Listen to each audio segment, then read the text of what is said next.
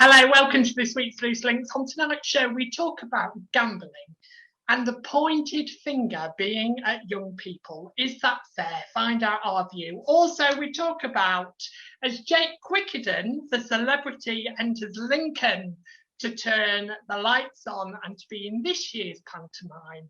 Do we leave pantomime to children, or is it for all ages? And we finish on the subject on a man waiting in A&E 4 hours to be seen.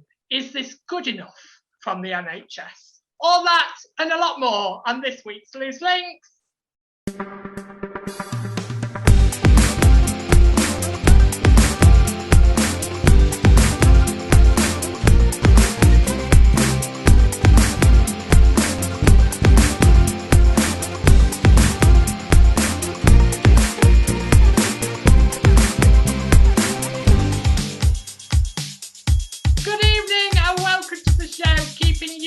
For the next hour, and me in line is Kat Cornter. Hi. Rob Price. Hi everybody. And Rachel Penny. Hello. As we talk about this week, the world of gambling as it has hit Lincolnshire news, but young people are being pointed at yet again. Do we need to take away age and generation when it comes to addiction? Also, we discussed this week about Jake Quickenden hitting Lincoln headlines as he hits pantomime. But is pantomime for all ages? And is Christmas just for children? And we finish on the subject of the NHS. And after the pandemic, does it need re-looking at the whole system all over again? As a man waited 4 hours to be seen? Or is this all the norm now? All that on this week's show. Good evening, people. Good evening. Hi, first of all, can I just say, I know we see you a lot, Mrs. Penny, but she stepped in again because I mistakenly put somebody down to be on the panel this week. They messaged me, we do like a green room meeting on a Sunday. They messaged me to say they couldn't make Monday night, which is tonight when we record. And we were all waiting for this person to arrive, and this person didn't arrive. So Rachel has been literally dubbed in last minute. Well, I'm sorry I'm so close. You can probably see my paws in my nose, but I'm attached to a cable and it's not very long. But you're not dressed up and really impressed. It's like you were ready to be called in. What do you mean you're impressed? Kat, it's been a while since we've seen you. How are you? I'm all right. How's life been? Has it been busy and hectic under the dog world?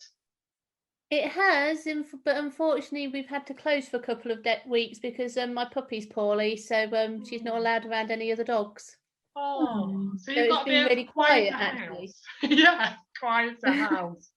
Let's start with this week's polls as we always do.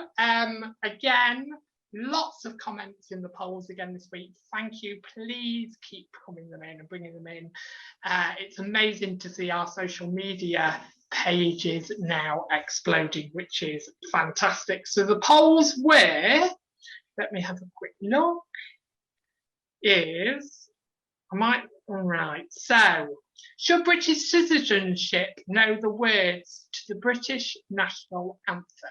70% of you said yes, 30% of you said no. Did we have any comments on that? Rob, did we have a comment from you? Not a comment from me. There's the one from James Bridges who said it's a load of old nonsense. Any more? Well, somebody else said, I didn't catch John the name. Fitzgerald said it was a tough one. Tough one, that's right. Yeah, tough one. I agree. I think it is a bit of a tough one. A child between the age of 10 and 18 years old should have the choice whether to refuse or accept the COVID vaccination. 73% of you said yes. 28% of you said no. It's a bit of a mix there. Did we have any comments on that? Kat, was there a comment on that? There wasn't on that one. There wasn't on that one. It was the final one. Has the ability to create a family meal from a range of ingredients dismantled over the years? 72% of you said yes, 29% of you said no. What was the comment on there, Kat? So the comment was from someone called Anthea Lavender, who said that sadly, due to working hours and most parents having to hold down 2 jobs to pay the bills, cooking traditional family dinners and evening meals seems to be something that's hard to stick to. Yeah, right. I completely sympathise. I think it's a lot harder nowadays to get home and to be cooking a traditional meal, especially with the pressures of work. And with work over the last 2 years as well, people are working longer hours now to try and catch up, and working from home and going back to the office. It's all just a bit too much to get a bit of, so I think takeaway food is picking up quite a bit at the moment. We might go back to it in a couple of years when we're sat down with traditional meals again, but I don't think we can blame the nation for ordering takeaway at the moment. But let's go on to this week's subject. So, more than 600 people in the northeast of Lincolnshire are thought to have out-of-control gambling habits that affect their lives. The latest study has highlighted how many people have been stuck in online gambling or bookmakers with young people, increasingly drawn to it. Problem gamblers are defined as people who are hurt personally and financially by their compulsive gambling and may lose control. Now, I read the whole of this article, and I'm going to come to you first, Rachel. The thing that stood out to me throughout this whole article was the word thought, like thinking, thought. And it's been very, very much pointed, and to me, like a blame game, again, at young people. Do you think that we should throw away the thought idea? It's because I just feel like we're playing the game, the point game so much nowadays. Every article, every problem that we have, there's got to be somebody that's at fault for it. And do you think that's right? Well, if somebody said it was thought, then they must have something to go by. They must have some statistics that they go by. Surely they can't just say, well, I think it's the younger person rather than the older generation. But there's lots of factors that can come into this. It's you know, for one thing, it's not a crime. It's an addiction. So these are sufferers of this. But lockdown wouldn't have helped. There's so many easy ways where you shut in your room or shut in your house, and you just get your phone out, and possibly younger people, it's possibly thought of in as much as they don't particularly know who's on a phone, who's on a laptop, who's on something, you know, on any media. So that's probably why they think that it's possibly younger people who are suffering more. But I don't think it's a blame game. I think there's somebody channeling some sort of this in some sort of direction. For what reason, I don't know, but there must be some statistics somewhere along the line. But I think it's quite easy with the lottery, but the lottery and any type of gambling, you only have to be up late at night, and these casino programs are on television. And it's so easy with it. Oh, I'll give you free £10 or something when you first start. You know, it's ridiculous. And possibly the older person would know that it was ridiculous. Probably the younger person wouldn't. They'd think, oh, you know, a quick buck. But I'm not too sure because I haven't read the article that you've read, Nick. So it's a little bit difficult to comment. I'm just going on my own thoughts. Does anybody agree with that? I think I do, yes. I think the thing to stress is that we're talking about victims here. So, you know, in many ways, their age really isn't important. They're all victims. I mean, I think Rachel's analysis that it's probably down to, you know, the ease of the digital age making it so much easier for folk who are au fait with laptops and palm tops and phones and all the rest of it to gain access. But realistically, the important thing to remember, we're talking about victims here, not people who are to blame. I think if anyone is to blame, it's the people who are facilitating this. Yes. Because particularly those who are doing it online and giving the ease of access, because the people who are gambling, clearly, it is an illness, it's a mental illness, it's not physical. And if they have other mental illnesses that go along with it, if you had, for example, if someone was agoraphobic and had a gambling addiction, it's obviously going to be harder for them to get outside, go somewhere, go to a bookies and actually gamble. Whereas because it's so easy to sit down on your phone in bed, it can feed off those other mental illnesses as well. So it's almost like the people who are providing these services have looked, seen the issues that people have with mental illness, and offered them a route to go further down that as well. Yeah, and I have some experience of this. Not firsthand. I mean, I'm not under a gambling addiction myself, but I've seen people who have, and the way that they've tried to block the sites, and the sites find ways to get back in, just to keep sending emails, keep dangling more carrots to encourage people to continue the habit. There really are some dirty tricks and some nasty practices.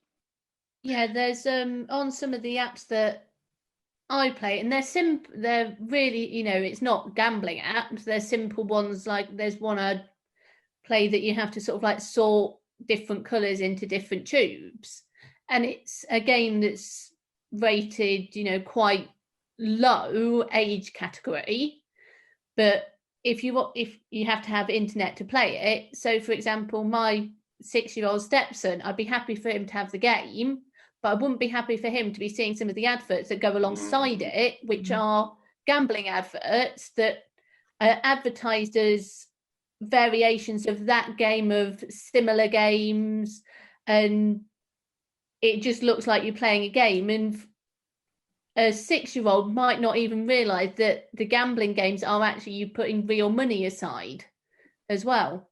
So they are. The thing is, though, it's to me, I'm going off gambling here a little bit, but when I call it the red button scenario.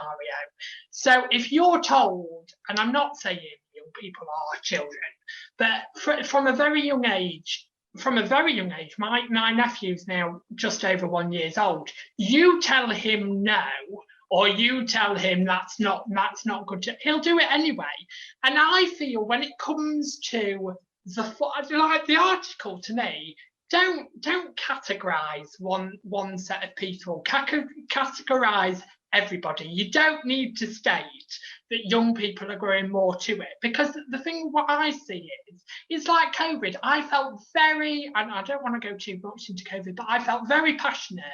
Again, young people are spreading the infection. Young people are doing this. Young people, and I feel that the more we hear that in social media and on telly and on news, you start to think, well, what's the bloody point of being good? If they've already categorised me down for being for spreading the coronavirus, or we're more likely to be addicted because we're younger people and we're on social media, do you get what I'm saying? It's almost like there's a button there to grab. There is a factor there, though, Nick. There are nightclubs. They don't have people like, well, you, yes, not like me and Rob. We don't trip the light pan. But they are the younger people. Now, in my day, like gambling, they used to be doing on fruit machines and things like that. There was a chap that I knew had a real big addiction on fruit machines, and his parents bought him a fruit machine to have in the house, so he just regurgitate his own money, but there wasn't the buzz there, you see. But you see, these things like fruit machines, you can't tell when somebody's using them in a pub. You can't tell if it's one person or 6 people, but you can with the internet, and the internet is probably used a lot more by younger people because you can tell who is using technology. And so yeah, go Kat. I think you're saying, like, leading off from that and going into what Nick was saying, I think the difference between this article and when it's, as you say, blaming younger people, and how COVID was seen to be blaming younger people, is that I think the COVID bit does fall into your red button thing. However, this might almost be saying, right, it looks like younger people are more addicted to gambling. How can we stop that? So in a sense, it's good to know, which people are more addicted to gambling, so you can focus on the problem to look at, And I get that. I completely agree with you there, Kat. But again, I'm really sorry, Rachel, you haven't had a chance to read the article. But again, it feels like a very blame factor in the article. It's not saying like if I had read it and like Kat had just explained it, of actually we need to be looking into this, we need to be looking there, we need to be, how can we be helping, we need to get online, we need to do this, we need to help. But it wasn't. It was a very much of young people are doing it and they need to stop. And I think that's what has really affected me, because I feel nowadays we are very, very point finger sort of, you're the problem. And I just think with gambling, with addiction, with anything like this, it's not, it doesn't have an age limit. It doesn't have, if you fall into this category, you're going to be more into gambling. Rachel, you could sit at home one night, turn on an app, play a game that you've never played before, and instantly become addicted to it, even in the age category that you're in. Yeah, well, yeah, but and even more so because I'm on certain medications that can control that. It can control an impulse into buying and things like that. But so was it Pardon? Sorry, it's okay. I just heard disturbance. That was all. But I've lost train of thought. I'm just thinking this just seems to be very strange. This article. Who wrote it? Because what point they're trying to make? It doesn't matter who has got an addiction. Surely. Well, addiction is addiction. Let's go on to you, Robs. So another 1,000 people have less severe problems as a result of gambling. Online gambling on sports events or casino slots has become the most popular form of betting in the North East Lincolnshire, making up 40% of all activity. The companies that offer this service, so we've already briefly talked about this, you brought it up, Kat, the company that's offered this, surely, Rob, they need to be taking more action. Surely they need to be watching their online percentage, and if it's getting into a problem, that there needs to be more of a banning system involved, surely. Well, there are supposedly all kinds of protections, and there's an ombudsman who looks after it. But what you're saying is you're actually asking these companies to reduce their profits by protecting the people who have the addiction. Well, why would they? You know, do they really think that they give a damn about their clients? I think the answer is no, they don't. They're just trying to extract the most money they can. Nobody sets up a gambling website as a service or some sort of boon to the community. They do it because they want to extract your money. Do you think that like for people to look into it then, do you think a solution would be maybe stopping it? Any addiction is hard. Any addiction. You can have an eating addiction, you can have a drinking, drugs, gambling. There's many addictions. Yeah. Now it's harder. It's going to be a lot harder to control an eating addiction maybe. But what about, Kat, let's go to you. What about stopping it from home? So what I'm saying is that there's no online gambling anymore. You have to go to a shop. There's no more drinking at home. You have to go to a pub or you have to go to a restaurant where you are controlled and watched. Do you think something in that direction would start to make a turn for the UK? I think Sorry, go on, Kat.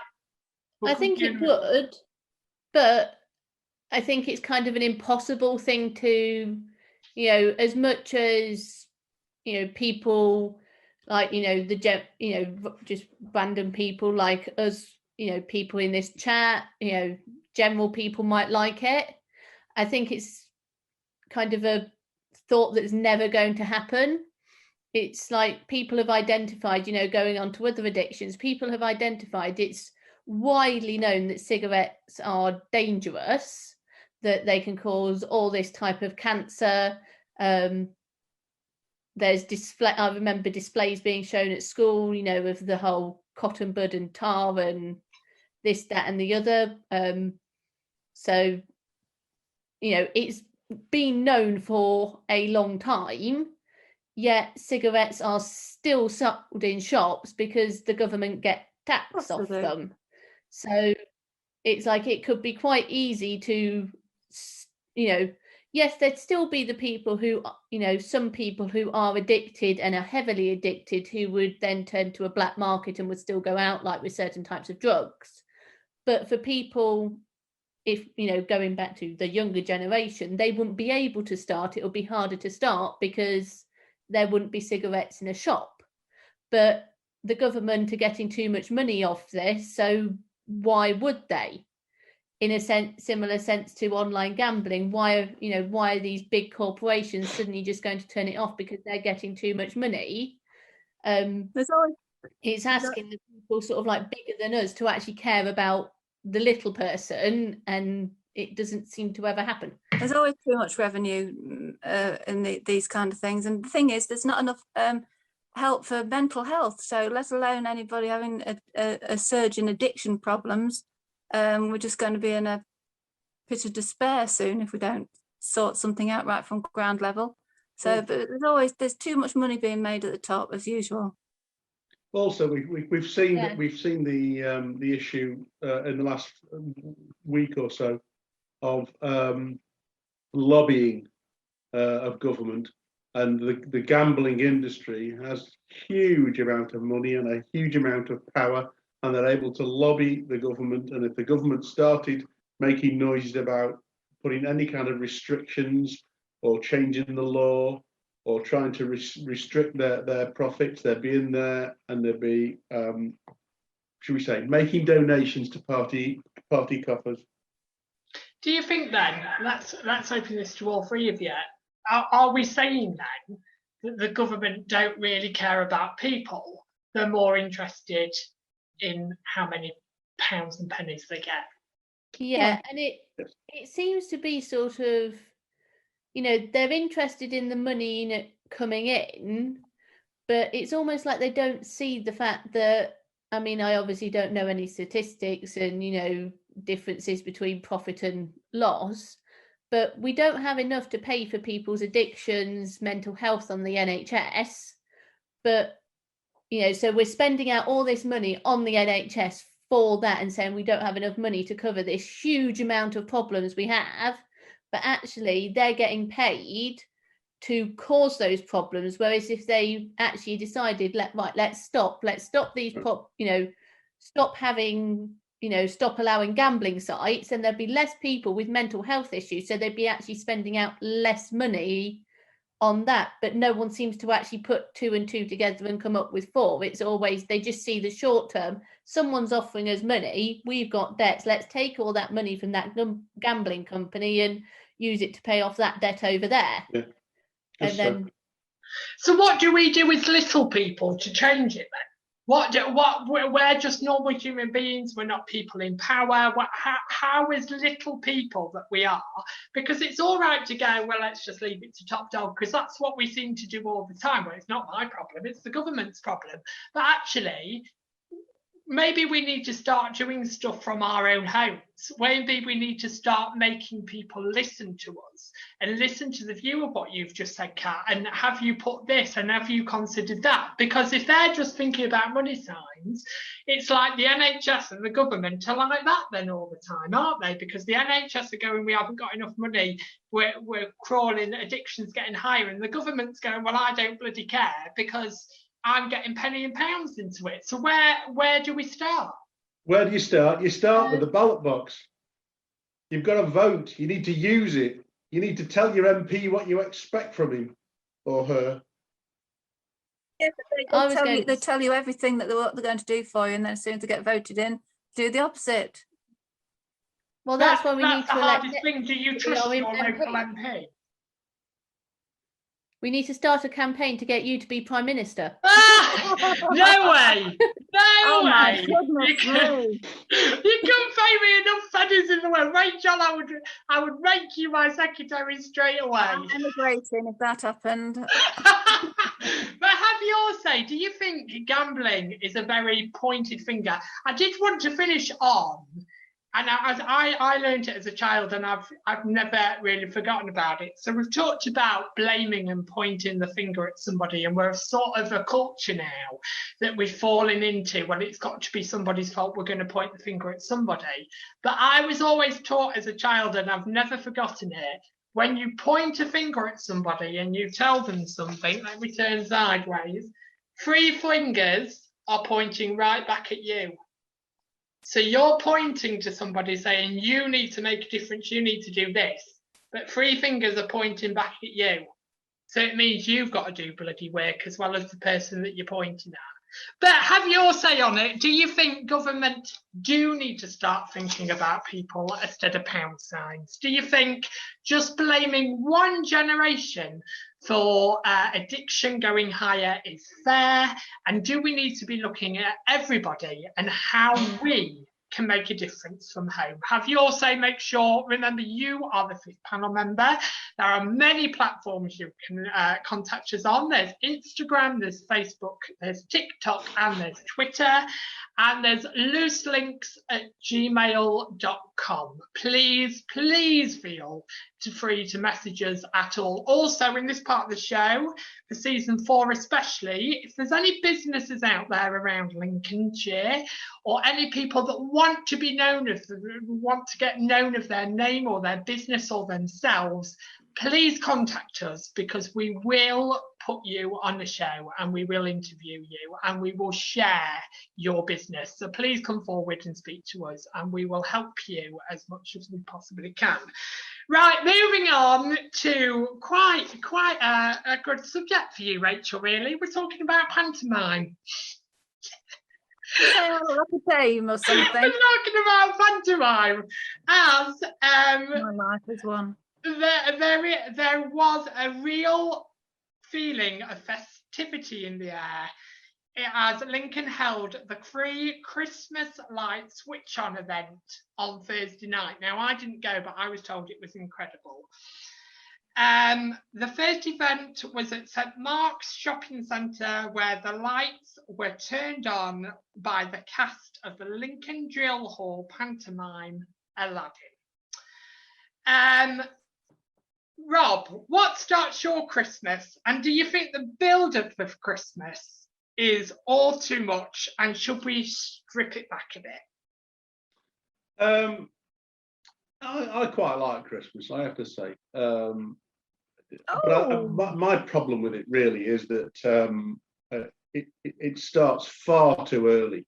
There's a garden centre not far from where I live, where they actually put the Christmas decorations out in mid-August. Oh. Now, absolutely, I can hear you groaning. When I saw it, I couldn't believe my eyes. I can't bear it, Rob. I agree with you. I can't start thinking about Christmas until, at least into December, and then I get, if you start it too early, it just takes all the sparkle and the magic out of it for me. So, I do enjoy Christmas, and I do enjoy, shopping for presents, and the food and the booze and all everything, absolutely, and I intend to have a good time, but for God's sake, don't start in August, please. I think it's got a bit too much. I think it's the most stressful time of the year, actually, and loads of people get into debt over Christmas and money worries and buying the children the latest gadgets and all of that. I think we need to strip Christmas back a little bit. We need to remember why more than present being given, be present in somebody's life in Christmas, in the hour of Christmas, instead of giving a gift that someone might throw in the back of the cupboard. Go and see a friend or a family member over the Christmas period that you haven't seen for a very long time. Really strip it back. Christmas has turned into such a money grabbing event that actually maybe just buy. I remember my day, like we got one main big present. Well, nowadays it seems like young people have about 5 or 6 main big presents, and I just think we're losing Christmas completely. Do you agree, Kat? I think some people are. Personally, I mean, we only put decorations up in our house in December, but we do start planning the children's Christmas presents in August, only because my partner was, wait a second, he was inconvenient enough to have the children's birthdays in December and January. Right, okay, I'll let you off. So trying to find, enough presents, and we don't go to like big supermarkets. We scour Facebook Marketplace for presents. Oh, see, that's good. So that's good for the economy as well. We start in August, so that we start sort of like looking and seeing, oh yeah, this is something that this child would like. Oh, this is something that this child would like, and just make a stock up in the garage, so we're not actually having to spend as much money in December itself. Rachel, you do something quite nice at Christmas, weren't you? You were telling me the other day that you randomly buy a present, and all you are told it's a little boy. Is it a charity event that you do it? Oh no, I sometimes do like I like to do one thing at Christmas at charity, either a shoebox, fill it with something for overseas children who are not getting anything, that are cold in these refuges, or this year I picked a boy of 7. It was a boy of 7. They're all different ages, girls and boys, and I just bought a toy and put it in a bag and just put boy of 7, so it goes to a boy of 7. So to think that there's some children that are not going to get a gift under the tree, it's sad and sad and lonely for a lot of people, but for children, that's what Christmas is about, really, isn't it? Family together and children. Do you think Kat's got it right then, Rob? Do you think buying second-hand things for children and wrapping them up and giving them than buying brand new all the time? I haven't got much experience of it, to be honest, but it sounds like a good idea. The simple answer is I don't know, but I'll certainly look into it. Yeah, it's something different, and it's something maybe we all should look into. Rachel, I'm coming over to you. Guests from the New Theatre Royal 2021 Panto Beauty and the Beast include Jake Quickerton. I saw him today. Have you? Yes, saw him today. I was sat in the High Bridge coffee shop, and I was looking out, and I saw his beautiful pearly teeth coming through down the. I said to my friend Michelle, I said, "That's Jake Quickenden," and he was walking with another woman, and they're chatting away, and he looked. I thought he was really tall, but he's tall enough chap, but he looked, watchable. Well, see, I would have gone bright red because I fancied him for so long. I was through a window. He couldn't have seen me anyway, but yeah, he was live and strong walking down the precinct. Well, it also includes Zoe Hannah May and Chris Johnson, as well as the this was for the light switch on, not a pantomime, by the way, as well as the Mayor Jackie Kirk, Sheriff, and Lady Steve and Lindsay Dixon, and BBC Radio Lincolnshire officials switched on the high street lights.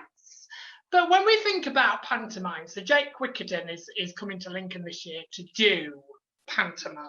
Rachel, do you think pantomime is more based for children, or do you think actually it's a real Christmas tradition for everybody?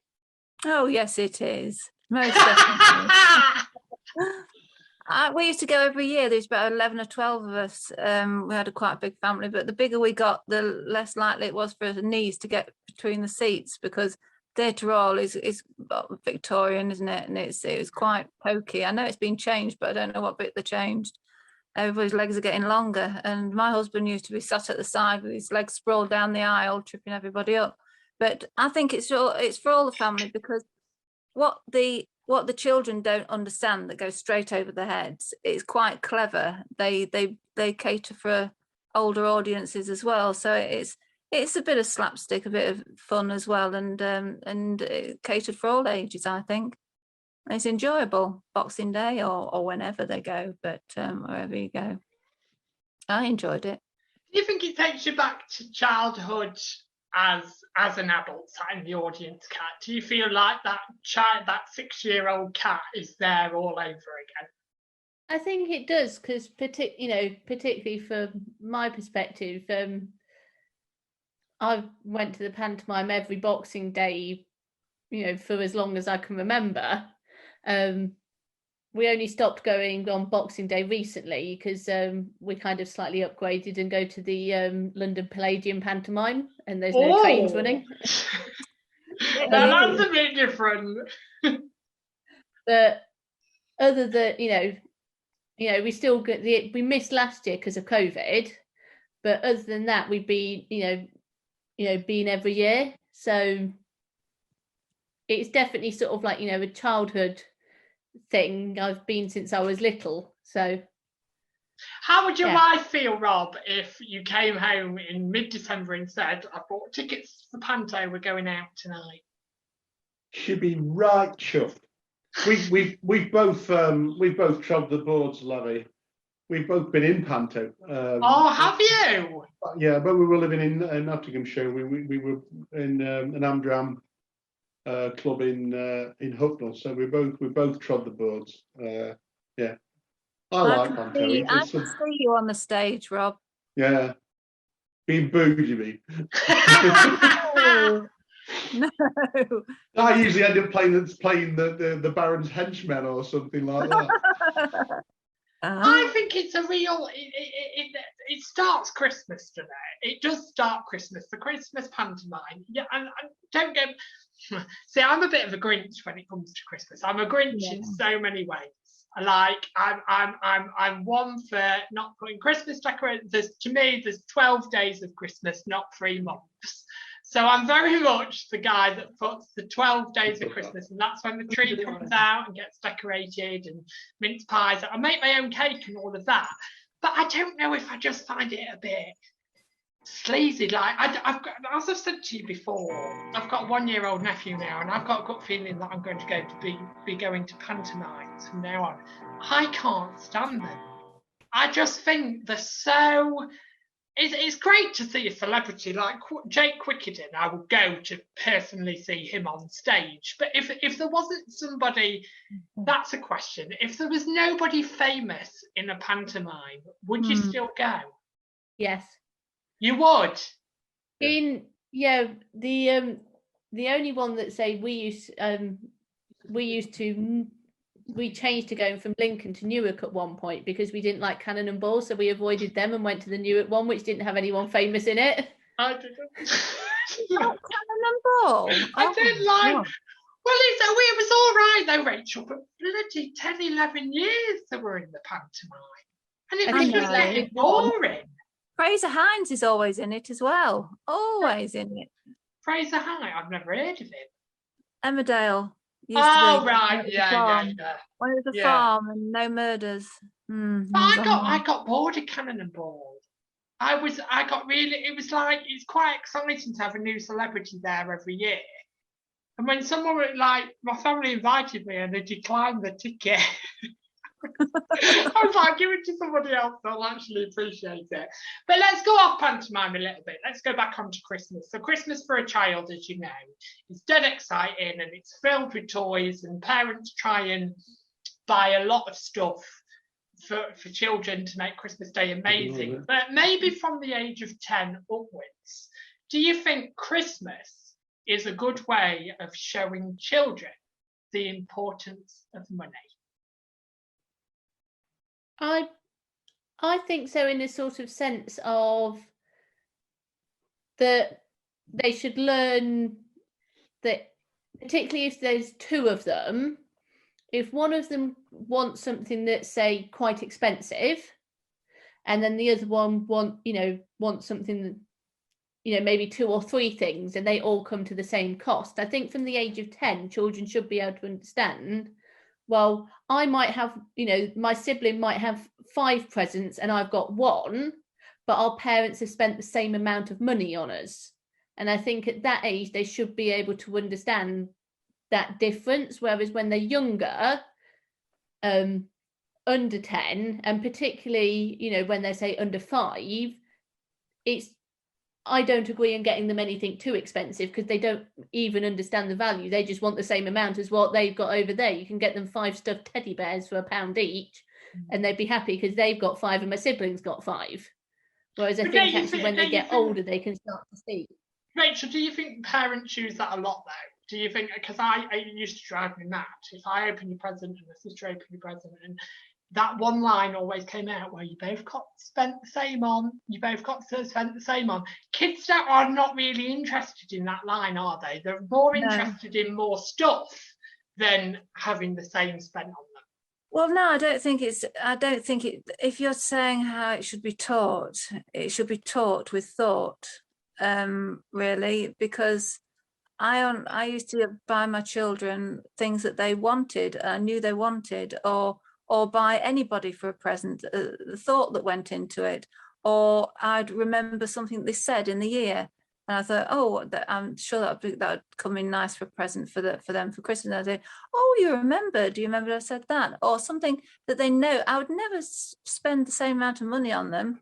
I'd never say, right, £100 for you, £100 for you. You might not have that. It might not look. A pair of trainers is nothing really for £100. So I'd never spend an exact amount on each of my children. I'd just make sure the thought was there and it's something that they actually wanted. And so if you don't put thought into it, doesn't matter what present you buy them, they're not going to know the monetary value of anything. Do you think, Rob, that Christmas is a good lesson to learn? Well, no, not really. Apart from anything else, it's supposed to be coming from Santa, so there shouldn't be any money involved from a child's point of view, should there? Still children under 16, aren't they? Well, it's hard though, isn't it? It's a difficult one, Christmas, for kids. Yeah, we particularly disagree with the kind of concept that everything should come from Santa. Yeah. We do stuff from Santa that they share, that aren't too, we don't buy them that expensive stuff anyway, but the stuff that doesn't maybe look expensive, and then the stuff from the sort of like bigger items are from us as parents, on the kind of concept that there might be children, even though we do a lot of secondhand stuff, there might be children who they know who are less fortunate, and we don't want them to go to school and be, Santa bought us this, that, and the other, these amazing presents. And that other child go, well, I only got a chocolate bar, from Santa. And then you've ruined that, that other child's concept of Christmas, because you haven't taken ownership that, yes, you are actually giving your child some of the expensive, more, expensive presents. So the ones our kids get from Santa are more sort of like ball games they can share, and, a chocolate Santa. Just small items, so like the old-fashioned stocking. Yeah. Let me tell you a tale about less fortunate. I knew many years ago. I knew an old builder in Whittick, and he related to me the tale that when he was about 7 years old or so, he'd said to his dad, he'd said, "Dad, there isn't really a Santa, is there? It's you does the presents." And his dad had said, "Yes, son, you're quite right." And he never got another Christmas present off his father. Never. And this is. I mean, he was like a 70-year-old guy relating this tale to me, and he had a tear in his eye. Oh well, I think one mum friend who I know did it absolutely fantastically. And you know, they get to a certain age, 9 or 10, and they start to question Santa, don't they? They start to, I don't know if Santa's real. And there was my friend's little boy was in the room, and he must have been about 11. And she was in the kitchen washing up. It was December. And he suddenly came through and went, "Mum, I don't believe in Santa anymore. I know it's you. I know it's you that does it. I know." And she was so quick, and I think it was the best answer ever. She went, "Oh, that's such a shame." And the little boy went, "Why? I knew it was you all along."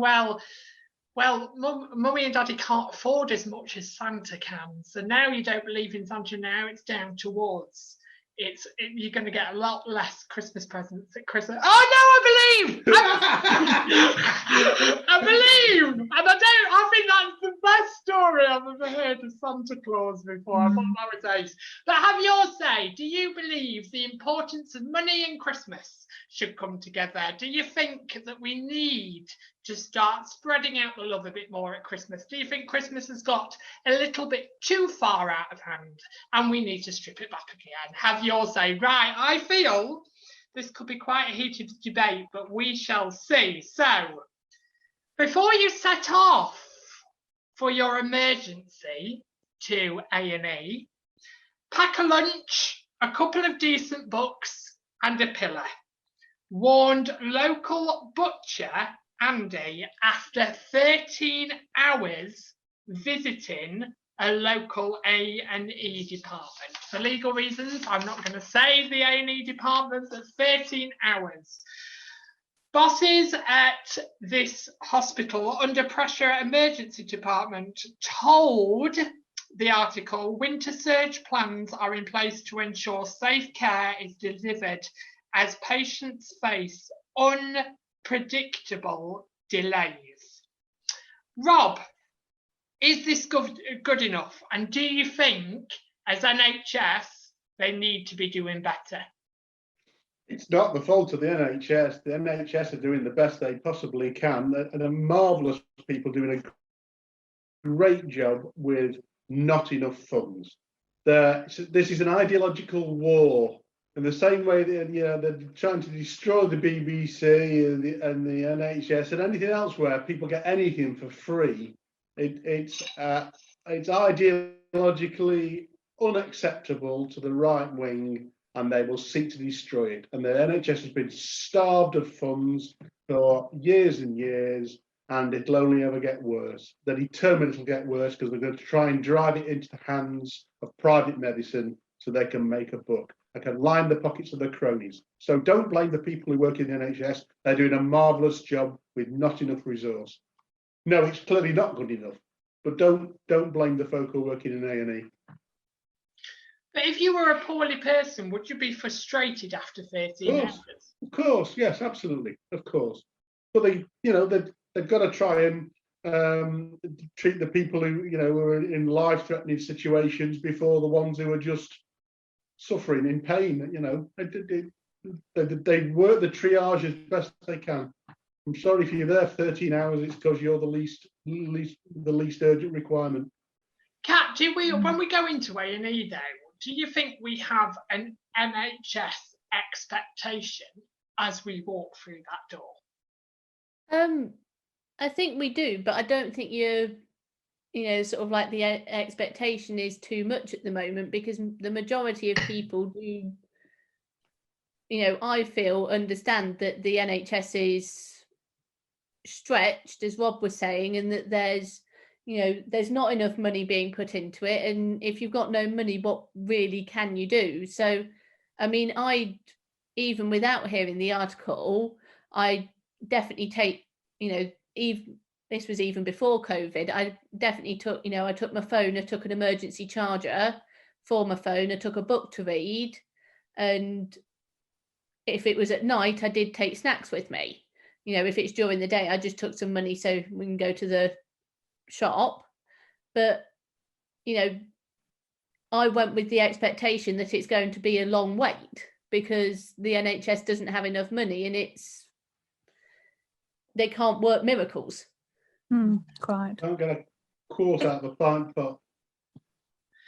Do you think though it's got, Rachel? Do you think we haven't really get the NHS, and it's not the NHS's fault, but do you think that the NHS now are completely under control of COVID, or do you think we're still facing the backlash of COVID within wanting to be seen via accident and emergency really quickly? Do you think we're still very much snowed under? It's an added problem that we've got that's overshadowing everything else that's always been there, and it's a frightening concern. Thing is, when I've been to accident and emergency, if you're nearly dead and dying, you'll be seen. You will be seen in the triage suite behind the scenes, where the ambulances go. But if you go into accident and emergency, it's amazing how many people keep complaining, saying, "How long have I got to wait? How long have I got to wait? Oh, I'm going home." If you've got something serious, you stay there, you wait. Otherwise, it's not an accident. It's definitely not an emergency, is it? You'll wait to be seen. If you're there for a reason, and the reason is serious, to actually go there in the first place, you stay put and you wait to be seen. And they're doing the best they possibly can, and I've always been treated excellently well. And in this country, we're really lucky because we don't have to pay for it. We don't have to pay. Yeah, but the thing is, I was there with a friend of mine. I had to take her before COVID, and we were sat there and we were waiting, and there was these two chaps behind us, and one was helping him, and they were complaining every half an hour. They say, "How long have we got? My friend's practically dying here," and the receptionist said, "Well, actually, there are people behind there who are actually dying." And so you'll be seen when we possibly can get to you. So that shut them up. And said, "Well, can we have a sandwich then?" And it's as though it's like a hotel. They're doing the best they can, and now there's even less of them. But there's also the fact that there's a private side and the NHS side.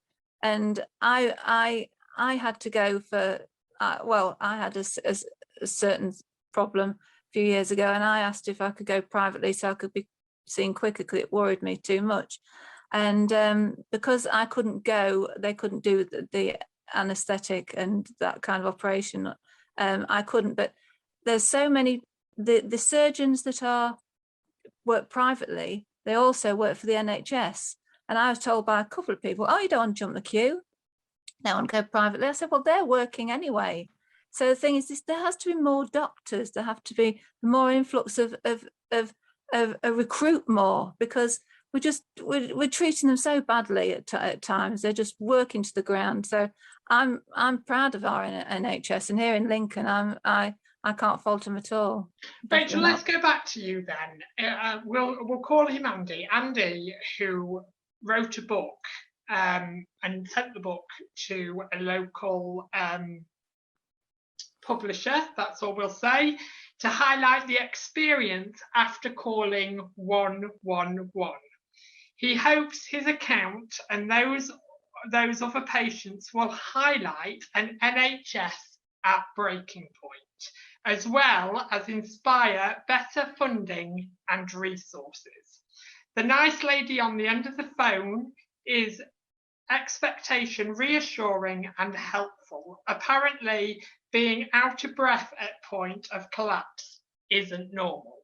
So when let's go to you first, Kat. When we're speaking to a medical person, so we've booked an appointment or we've gone to A&E and we've gone, is there an expectation there that this person needs to reassure me?